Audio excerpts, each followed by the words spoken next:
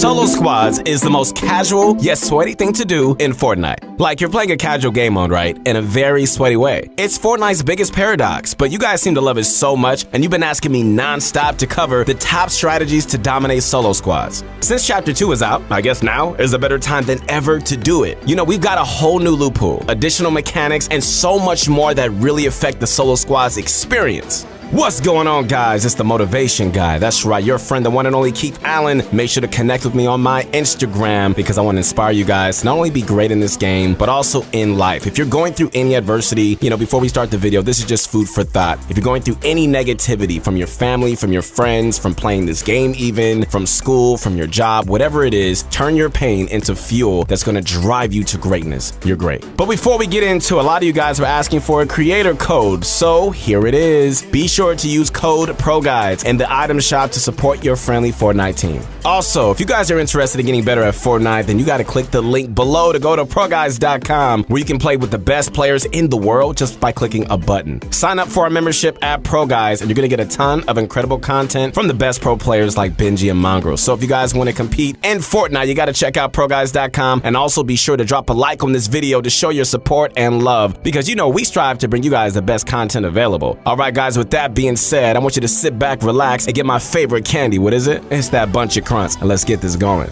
All right, so first things first, it's super important that we talk about why solo squads needs a dedicated video. We need to break it down, the difference between professional games and casual games. Yeah, you know what I mean? Like pro scrims where the end games are stacked versus casual games where you're gonna be hard pressed to find more than a handful of people past the 4th zone. Okay, so this is my point. To point out the obvious, I'm just trying to get your frame of reference and expectations when you get into a solo squad game to be in the right place. Okay, so let me give you an example. For a pro game, you're going to go against one really good player, right? Well, in a squad scrim, you're going to be going against a bunch of bad players at the same time. Let me ask you this question. It's like that one would you rather question. Would you rather fight one UFC fighter or like 100 kindergartners at the same time? I'm going to give you a second to answer that. Okay, so you probably chose what I would choose, right? That's the UFC fighter, because you've seen 100 kindergartners, right? They're scary. It's like being in the jungle. Okay, but you get what I'm saying. Squad scrims isn't about going against difficult opponents. It's really about managing a bunch of bad players at once and not taking too much damage. And that part about not taking too much damage, that's the part where I really want you to focus on, because that's the part when everyone fails when it comes to solo squads. I assume if you're watching this video, or better yet, if you have a pro pass, link in the description,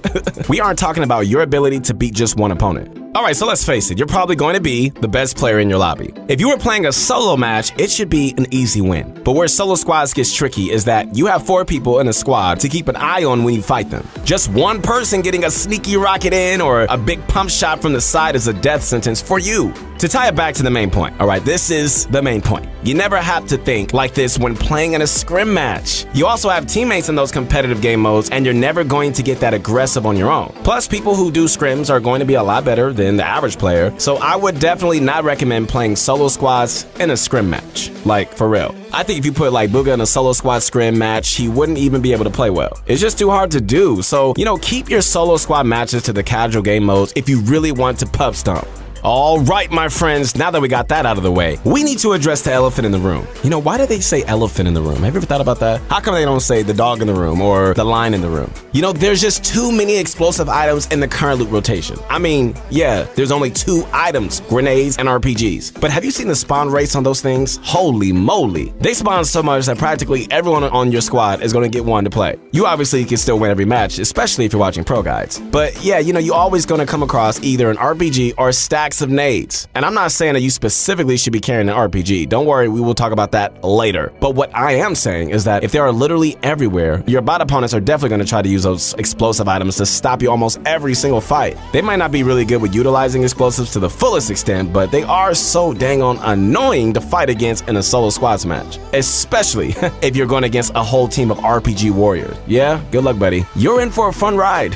Fun and annoying. This is why we have to adapt our playstyles from the ground up and not die in Chapter 2, man. Pre-Chapter 2, when explosives were extremely rare to come by, this may not apply as much, but now more than ever, you should always be listening up, yo. Always. First off, we're gonna talk about why overbuilding is a must-do for solo squads. This has generally been a solid strategy since solo squads has been conceived, but now it's a must-do if you ever want to see consistent kills in this game mode. Overbuilding, my friends, is simply spamming more builds to cover yourself better. When you have up to 4 people spamming you at the same time, it's pretty much impossible to stand on only 1 or 2 support pieces. You're just going to get shot out all the time, and it's going to take a huge amount of damage in the process. But now you've got to add all those explosives to the mix, man. And now if you're not building entirely fortified structures over your opponent, tough luck, buddy, because your butt is about to fall to the ground. I mean, you're going to be sounding like, oh, you know what I mean? And eventually you're going to be back into the lobby. I know that this meta is a bit frustrating. I get it. For solo squads, yes, but we're going to get through it together, all right? You got to trust me. Trust your friend, the one and only Keith Allen. I'm here, you know what I mean? And this really isn't that drastic of a change, guys. It really isn't. I know a lot of you guys do scrims pretty often and are constantly reminded to save mats because you're going to need it for endgame. But remember, my friends, what did I say earlier? There is no endgame to worry about because you're going to be wiping them all out by 5th zone tops. Also, if you can kill an entire squad in the mid-game, chances are at least one of those goblins were hoarding a bunch of materials, which should give you all the room in the world to continue using builds rather generously. And once you get yourself set with the mindset that building more is fine, then we can talk about making quicker decisions and generally running around more. I'm gonna be real with you guys, not having any mobility items in this current loot pool, whoa. Man, it really makes solo squatting much more difficult. I can't seem to get out of any sticky situation whenever I want to anymore. Why? Because of what I just said. In the past, you could just use your shockwaves and launch pads to get out of any trouble, right? That's just not the case anymore. What we gotta do is we have to adapt. We really need to stop putting ourselves in the sticky situations to begin with, to be real. Now, when you think of getting yourself into a dicey spot, you can realize that a lot of the time it's due to you either taking a long time with the fight or just overcommitting something that you didn't realistically think you could handle. Have you ever intentionally went out of zone to chase down a squad, knowing full well that your 8 launch pads are gonna get you out no matter what? Well, I'm sorry about that, but you don't get that luxury anymore. Instead, you're gonna have to be moving to zones quicker and not take those fights anymore. That in the current meta makes 0 sense to take. Being a fast mover doesn't just apply to rotating with the zones. This applies to everything from finishing a fight quickly to looting the eliminated player loot. Doing all of these things quicker is going to add to help you fight against the lack of mobility on a map that I have to say feels bigger than the old map. Basically, you're not getting the same luxury of time in Chapter 2 if you want to successfully solo squad. Move fast and make smart decisions because you have no safety net. All right, ladies and gentlemen, let's move past the overall strategy and talk a little more about your inventory. What you should be carrying to have the easiest solo squatting experience. Well, let's break it down into a few categories. First, the most important item in your inventory, well, you already know this, the shotgun, obviously. With Chapter 2 seeing a very rarity of tactical and pump shotguns in the game, you really do have to have a good variety of choices here. The problem is that if you're used to the pump, it's going to be much harder to solo squad with the lower rarities. The common, uncommon, and rare pumps do 70, 80, and 90 damage respectively. A full headshot won't even one pump. You need to carry a tactical shotgun unless you find the purple or gold pump. They are way more consistent and hold more bullets to take out more opponents before having to reload. Unless you think you can hit a headshot with every pump shot controller players, then I highly recommend going with the tac. Your inventory is going to have a shotgun, rifle, potentially an SMG, and definitely at minimum 1 healing item. You really only have 1 extra inventory slot that can be used for either another healing item or explosive. So let me explain why I would personally go for the extra healing items over explosive weapons. Alright, so first off, people have gotten a lot better at building when they see an RPG or a grenade. So you probably won't get many kills at all from the explosives. On the off chance that you do end up getting a kill with an explosive, chances are that the opponent was so bad that you could have just killed him with the rifle.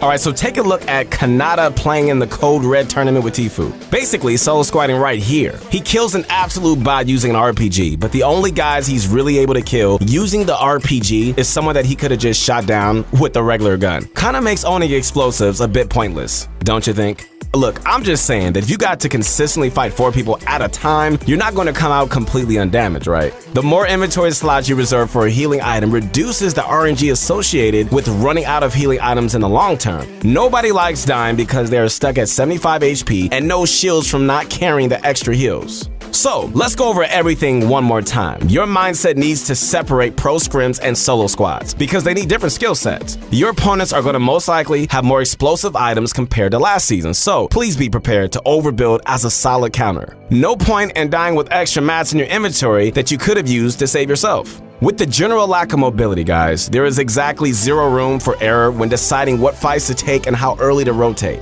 Get moving early, guys, or you're not going to have a fun time playing solo squads in Chapter 2.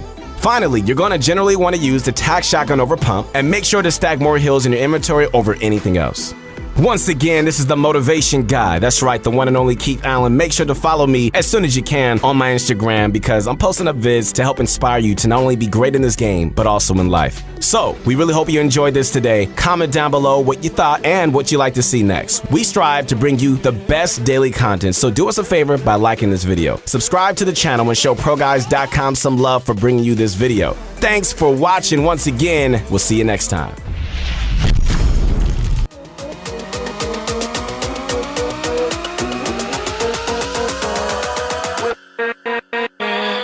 With